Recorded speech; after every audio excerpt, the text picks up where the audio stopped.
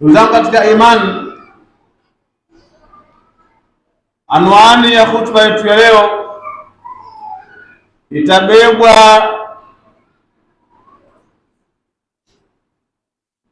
na jambo ambalo kwamba ndiyo msingi wa kila jambo ambalo mwanadamu atakiwa alifanye, mwanadamu atakiwa aliache. Tukasema leo tuje na anwani inayosema ubora wa ilmu.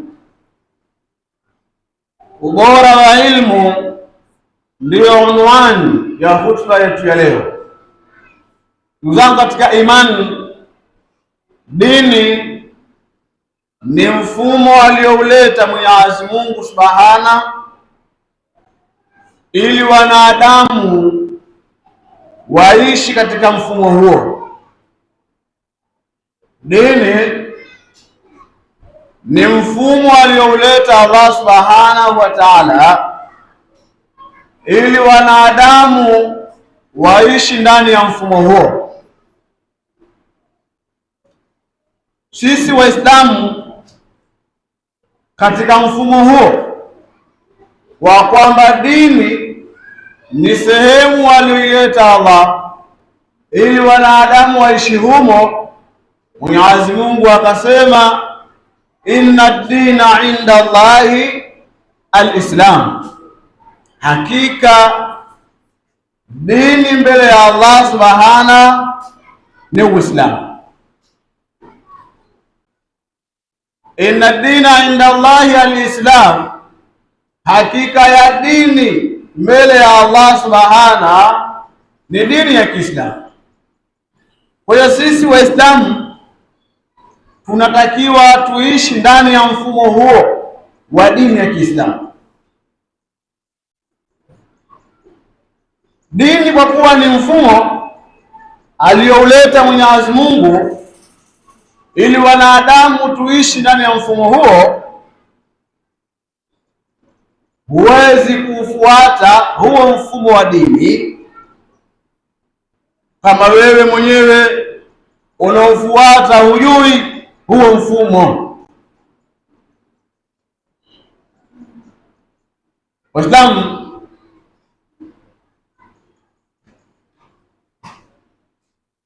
mfumo alioleta Mwenyezi Mungu kwetu sisi Waislamu ni dini.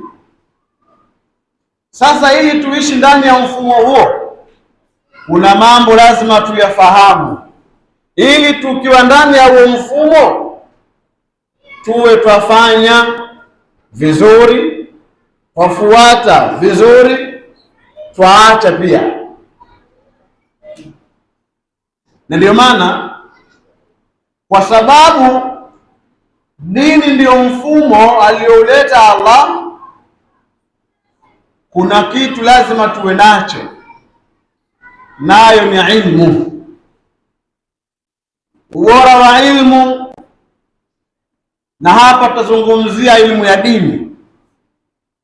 Ilmu ya dini ni ilmu ambayo haijawacha kila kitu. Kila kitu kiko ndani ya ilmu ya dini.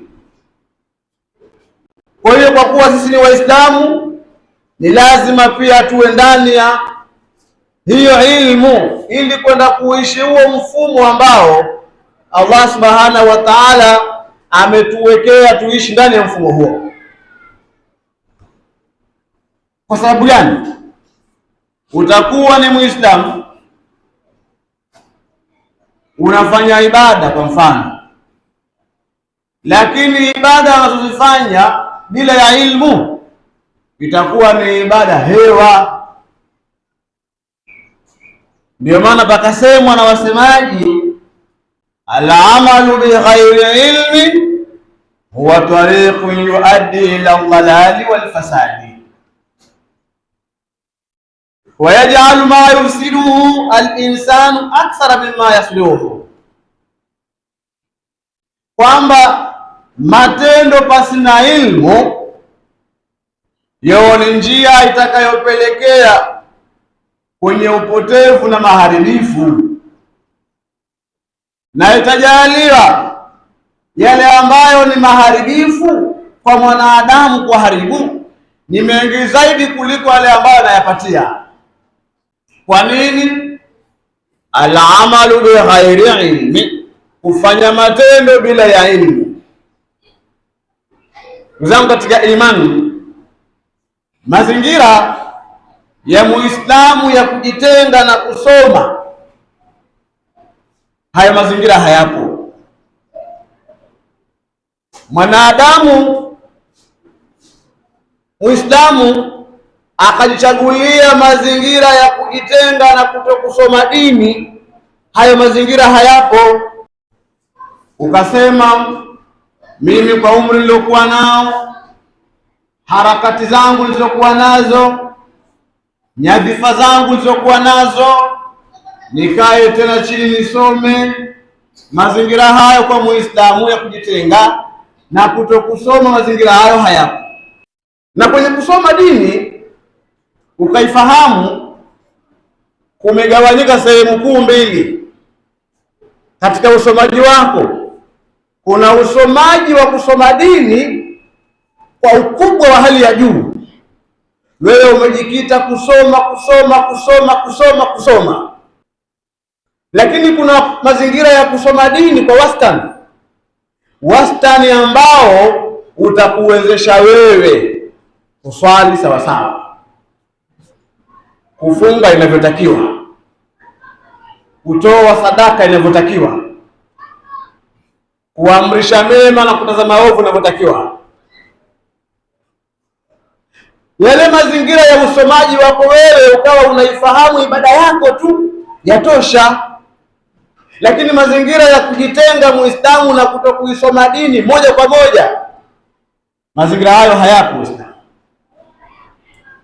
Ni mamoja uende madrasa ukasome, ni mamoja uhudhurie darasa mbalimbali ambazo kwamba zatolewa msikitini, ni mamoja utafute mwalimu wa nyumbani kwako akufundishe, ili uishi ndani ya huo mfumo ambao ni sahihi, mfumo wa dini. Vinginevyo utakuwa ndani ya dini lakini hauna ambacho unakifanya ndani ya dini. Al-amalu bi khairi ilmi wa tariqu ila dhalali wal fasad wa yaj'alu ma yufsiduhu al-insanu akthara mimma yasluhu. Mwanadamu atakuwa yeye yuko ndani ya upotevu na mambo anayoyafanya ya shari ni mengi kuliko mambo anayoyafanya ya kheri. Kwa sababu gani? Ya kuto kuingia ndani ya mfumo. Ili uingie ndani ya mfumo wa dini lazima usome ilmu ya dini. Ndugu zangu katika imani, kwa sababu gani? Madhara yapatikanayo ndani ya mtu ambaye atakuwa hakusoma dini na afanya ibada, mathalan ibada hii ya swala, atakuwa ni mtu anabahatisha. Ataangalia wenzake, namna mtu anavyotia udhu, na kuna baadhi ya mambo utayasikia mwenzako akiyasema, lakini kuna baadhi ya mambo huwezi kuyasikia mwenzako akiyasema. Ndani ya ibada kuna al-jahru wal al-asrar, kuna kujihirisha na kufanya kwa siri. Sasa mwenzako ikiwa ajihirisha utasikia, utafuatisha. Ikiwa afanya kwa siri hautaweza. Ndugu zangu katika imani, ubora wa ilmu ni jambo ambalo kwamba ni kubwa sana,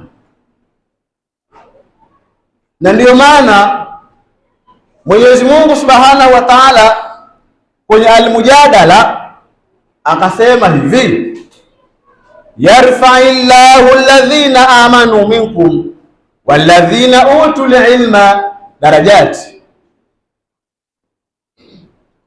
Allah Subhanahu wa Ta'ala anasema amewanyanyua Mwenyezi Mungu wale ambao wameamini miongoni mwenu, wale ambao wanamuamini Mwenyezi Mungu. Mwenyezi Mungu asema amewanyanyua.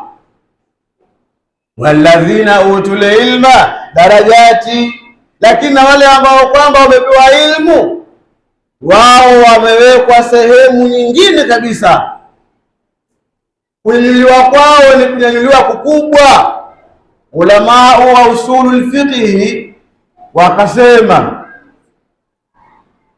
idha jaa al-khas ba'da al-'am at-takhassus. Idha jaa al-khas ba'da al-'am at-takhassus. Mungu asema amewanyanyua wale ambao kwamba wameamini miongoni mwenu na wale ambao wamepewa ilmu daraja nyingi. Maana yake pindi itakapokuja khas ni ule upekee maalumu. Imekuja khas baada ya amu kuenea kwa Mwenyezi Mungu amewanyanyua wale ambao kwamba wameamini miongoni mwenu, lakini kuna khas imekuja hapo. Khas gani? Walladhina utul ilma darajati, na wale ambao kwamba wamepewa ilmu Mungu amewapa daraja nyingi kweli kweli. Hapa ni kuonyesha kwamba ilmu ni jambo bora sana. Kwa kuliona hilo, Mtume Muhammad sallallahu alaihi wasallama, jambo ambalo alimuomba Mwenyezi Mungu Subhanahu wa Ta'ala ampe zaidi kuliko mambo yote, Mtume aliomba ilmu. Nenda katika Twaha, Allah Subhanahu wa Ta'ala anasema, wa qur rabbi zidni ilma. Ni jambo ambalo kwamba Mtume aliliomba zaidi katika mambo yake yote. Mtume aliyoyaomba, Mtume aliomba ilmu, azidishiwe. Bwana nizidishie mimi ilmu. Kwa sababu gani? Utakapokuwa na ilmu hasa ya dini, utakuwa ndani ya kuishi katika mfumo uliokuwa sahihi. Hauna jambo ambalo kwamba utakalolifanya na kubahatisha. Kupitia ilmu ndiyo mtaji wa kwanza wa mwanadamu kwenye kuyafikia matendo. Kupitia ilmu ndiyo mtaji wa kwanza wa mwanadamu kwenye kuyafikia matendo. Matendo ukiyafanya kwa kubahatisha, unayaharibu bila ya kujua kama unayaharibu. Ukiwa unaswali kwa kubahatisha, utakuwa unaswali swala ambayo wala mwenyewe huijui kama ipo wala haipo. Kwa nini? Kwa sababu huna ilmu. Lakini pia ilmu katika moja ya ubora wake itakufanya wewe uswali kwa usahihi. Na swala, tukizungumzia swala ili uone huo ubora wa ilmu ulivyo, tukizungumzia swala, Waislamu, swala haianzi kwenye kupanga foleni ya swafu. Swala haianzi hapa kwenye kupanga foleni ya swafu kwamba imekimiwa watu wanaswali. Swala haianzi hapa. Swala inaanzia kule kwenye udhu wako. Swala inaanzia kule kwenye utahara wako, kwenye kuoga kwako, mavazi yako lovaa yako tahara, mavazi yako lovaa ni yamekustiri mwili wako, mahala unaposwali pako sawa sawa. Hii ndio swala. Sasa haya yote haya ya kutia udhu, ya utohara, ya hivi na hivi, huwezi kuyapata bila ilmu. Lazima usome. Na kupitia hiyo ya ilmu pia unaweza ukakwamanza kama sehemu ya ubinadamu ambayo khuliqal insanu dhaifa. Mungu asema amemuumba mwanadamu ni dhaifu, ni mnyonge.